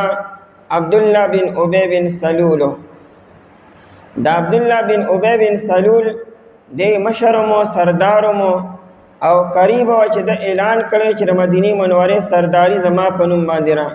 مشر وزیما فیصله بزکوما او خلق له بروغ زکوما او خلق و زما په اشارو باندې چلیږي. د نبی علیہ الصلوۃ والسلام مدینه منورې ته هجرت وکړو او ورو مسلمانان سیوا کېدلو. دنه د خلکو توجه وړېده. بخاری کې روایت دی نبی علیہ الصلوۃ والسلام عتبان ابن مالک رضی اللہ تعالی عنہ کور ته تو نو سره ابوبکر صدیق رضی اللہ عنہ نور صحابه سره مو او نبی علیہ الصلوۃ والسلام په یو خر باندې سورو نیوځه کې دا منافق ناستو او د ملګریم د سن ناستو. ندره منافقت لا ښکار شوی نو چې نبی علیہ السلام د په خوا کې تیرېدو نو د نبی علیہ الصلوۃ والسلام ته وی چې زما په خوا کې په تیزۍ سره تیر شه، ستاره د خر د دوړو د وجې نه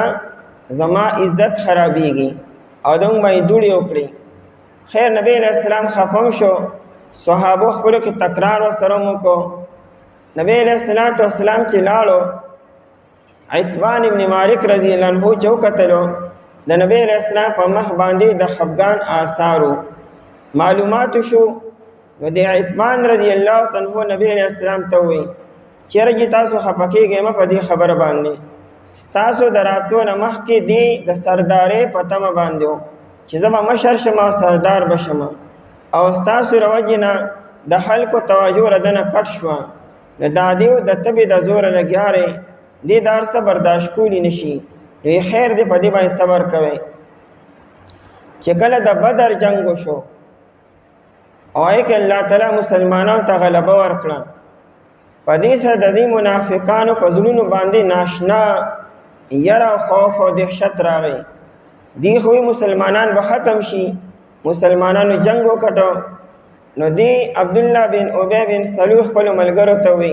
چې هذا امر قد توجه الیکم،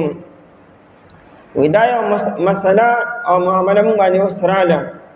مونږ د دې مقابله نشو کولی، مخنیوی نشو کولی او مخامخ انکار نشو کولی. نو د خپل ملګرو ته وی چې په ظاهره کې په نبی علیہ السلام باندې ایمان نوړئ لیکن زړه کې به ایمان نه وروړئ او زړه کې به ستاسو کفر او شرک به وي.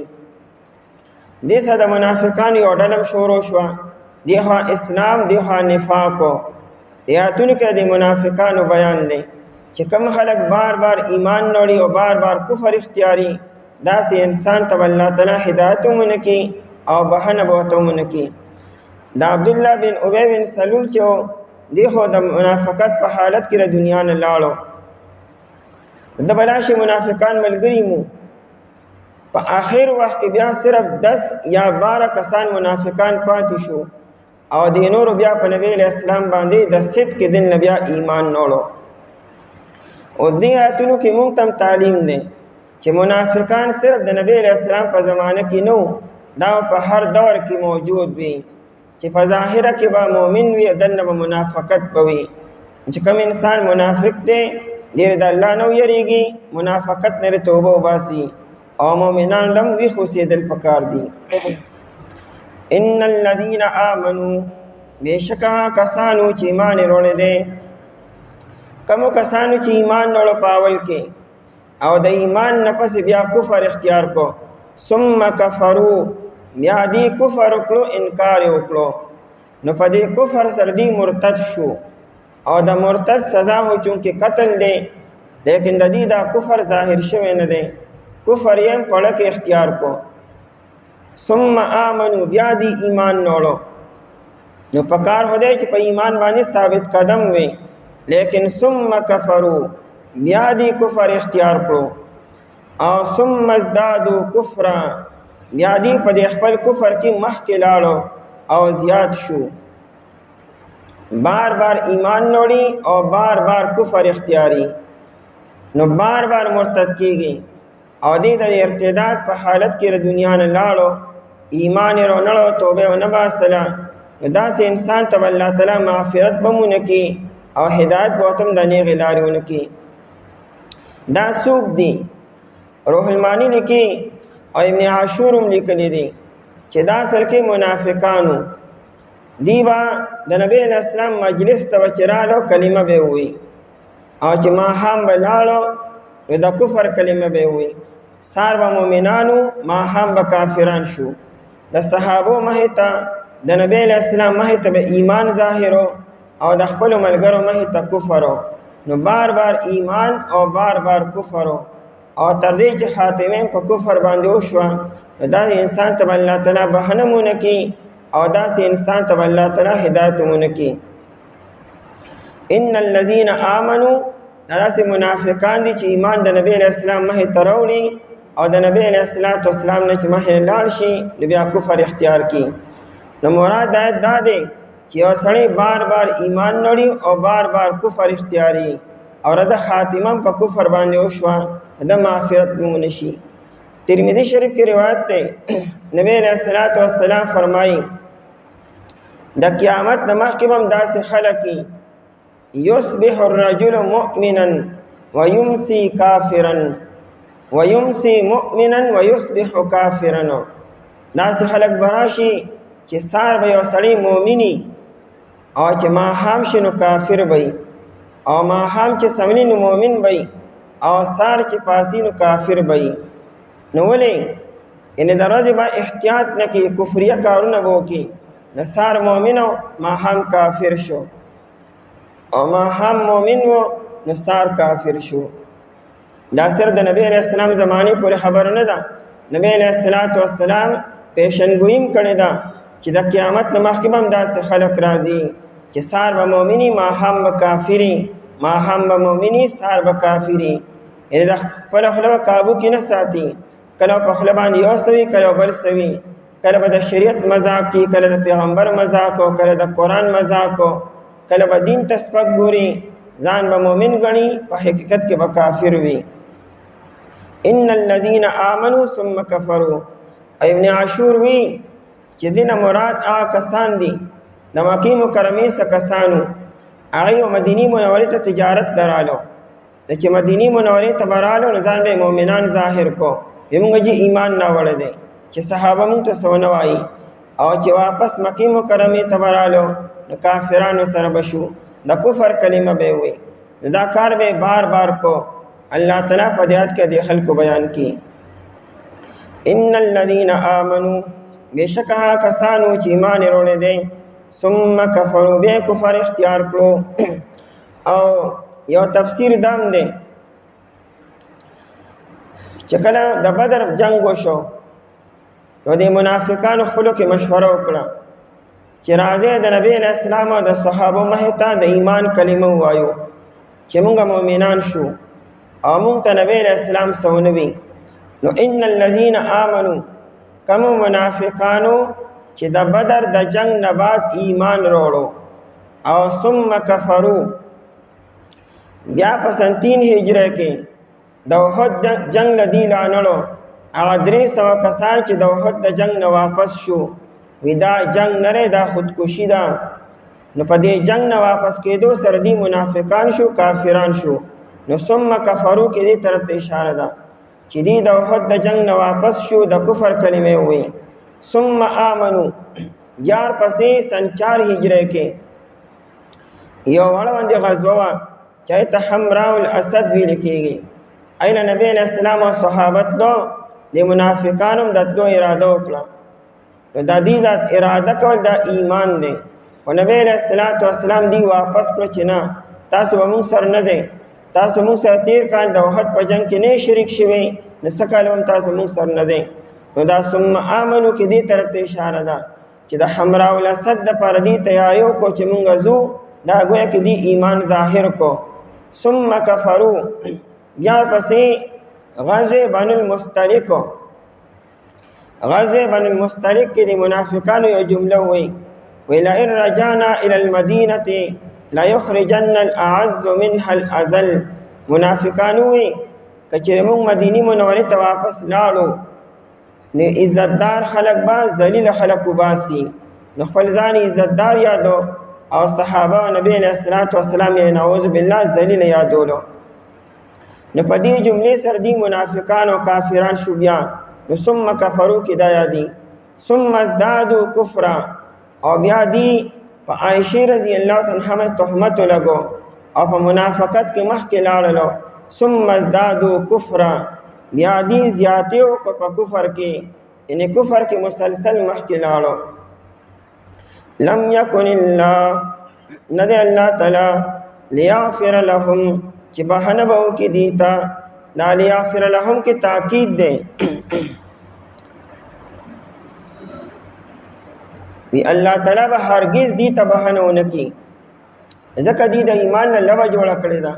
سار ایمان او ماهام کفر او ماهام ایمان او سار کفر او بار بار ایمان او بار بار کفر اختیاري. الله تعالی داسې خلکو ته چرې به بهانه ونه کړي او چرې به الله تعالی هدایت ونه کړي، ځکه دا مرتد شوي دي. اصلیت کې ایمان چې کله یو پرې زړه ته کوز شو بیا دې چرې نشي مرتد کېدی. مرتد کېږي انسان الای چې دا ایمان صرف په ژبه باندې وي. ایمان چې کله د انسان زړه ته ورکوز شو د دنه ایمان بیا چرې نشي وتی. هرقل بادشاہ او د روم نبی علیہ السلام هرقل بادشاہ ته خط لېږلو، د ایمان دعوت ورکړو.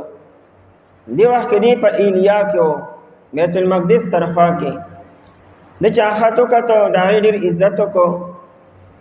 نبی علیہ السلام دا شان یو خط کسرا ته هم رالېږلو د ایران بادشاہ ته، خو کسرا د حد بې عزتي وکړه، هغه خط یو شلو ټوکړې ټوکړې کړو. نبی علیہ السلام وی کسرا خپل تخت چې دی نو هغه ټوکړې ټوکړې کړو. او نبی علیہ السلام فرمایلو چې هلاکه کسرا ولا کسرا بعده، کسرا هلاک شو او د دې نه پس بل کسرا به نه راځي. هغه د نبی علیہ السلام د حد بې عزتي کړې ده،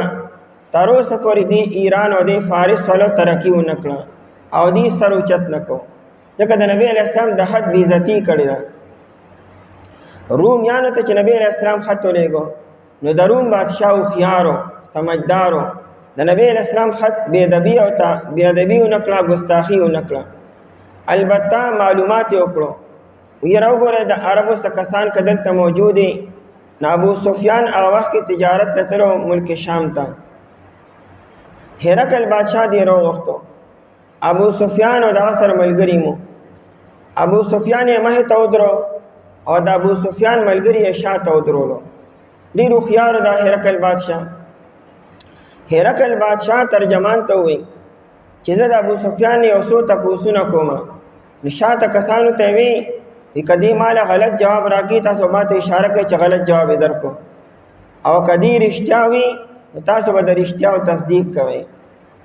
مقصد دا و که چې د یو بل ته مخامخ ګوري بیا خو به خامخا د یو بل د شرمه خامخا دغه تکذیب او تصدیق به نه کړي. نو دې یې شاته ودرولو. هرقل د ابو سفیان نه بلا تپوسونه وکړو، وی دا کم سړی چې د نبوت دعوه کې دا ته پیژني یا پیژنم وی دا ښه نسب واله دی، اعلی نسب واله دی، نسب یې خو ډېر اوچت دی. بیا دویم تپوس یې وکړو چې د په پلار نیکه کې چا د نبوت دعوه کړې وه یا د بادشاهتو، وینه چې پلار نیکه کې چام د نبوت او د بادشاہت دعوه نه کړې. درېم تپوس وکړو وی د باندې چې کم خلک ایمان نه وړي ناغي زیاتیږي او کنه کمیږي دوته کسانی سیوا کیږي روسته روزه. څلورم تپوس دا وکړو چې کوم خلکو په د باندې ایمان نه وړي دي نه هغه چې ته د ایمان نه واپس شوي دي چې دا ایمان زموږ خوښ نشو ناوته تر اوسه پورې لا یو تن چې نه واپس شوی نه دی. ابو سفیان د دې سوالاتو جوابونه چې اوریدل نه ته وي هرقل بادشاہ ابو سفیان ته وي وستان ما دا تاسو کو چې د باندې کوم خلک ایمان نه وړي دي نای چې ته د خپل ایمان نه واپس شوی دي نتاوي چې نه هرقل دا وي وکړه چې ایمان د انسان پړته ورکوس شو او د انسان وحی سره خلق منځ شو بیا چرتم دا انسان د ایمان نه نشي واپس کېدی. دا ګوره هرقل وی وکذالک امر الايمان حين تخالط بشاشته القلوب وکله چې ایمان د انسان پړه کې دن نن وته او د وینې سره او د وحی سره ګډ وډ شو خلق منځ شو بیا ایمان د انسان دنه چریم نشي وته. دا منافقان چې د دین ایمان زړه نه کوس شوی صرف دا ایمانی په جبه باندې صرف په خله باندې ایمان دن نه تلې ځکه ایمان بار بار وته او بار بار دی منافقت اختیارو. لم یکن الله ندی الله تعالی دغه تاکید دی هرگز ندی الله تعالی لیغفر لهم چې بهانه بو کې دیتا خدا لغي چې ردی خاتمه په کفر باندې وشي او کچره خاتمه په ایمان باندې او شوا صحیح ایمان باندې یا به الله تعالی بهانه کی ولا يهديهم سبيلا او نه به هدایت کی دیتا سبیلا دنی غلاری ان الله تعالی چونکه بے نیاز ده دی ایمان سره کېل کوت کی الله تعالی داسې خلق تبع هدایت او نه کی دومره کافی ده. بشکا کسانو چې ایمان وروړي دي بیا دې کفر اختیار کړو بیا ایمان نوړو بیا کفر وکړلو بیا دې زیاتیو کو په کفر کې نه د الله تعالی چې بهانه وو کې دیتا او نه به هدایت کې دیتا نه غناري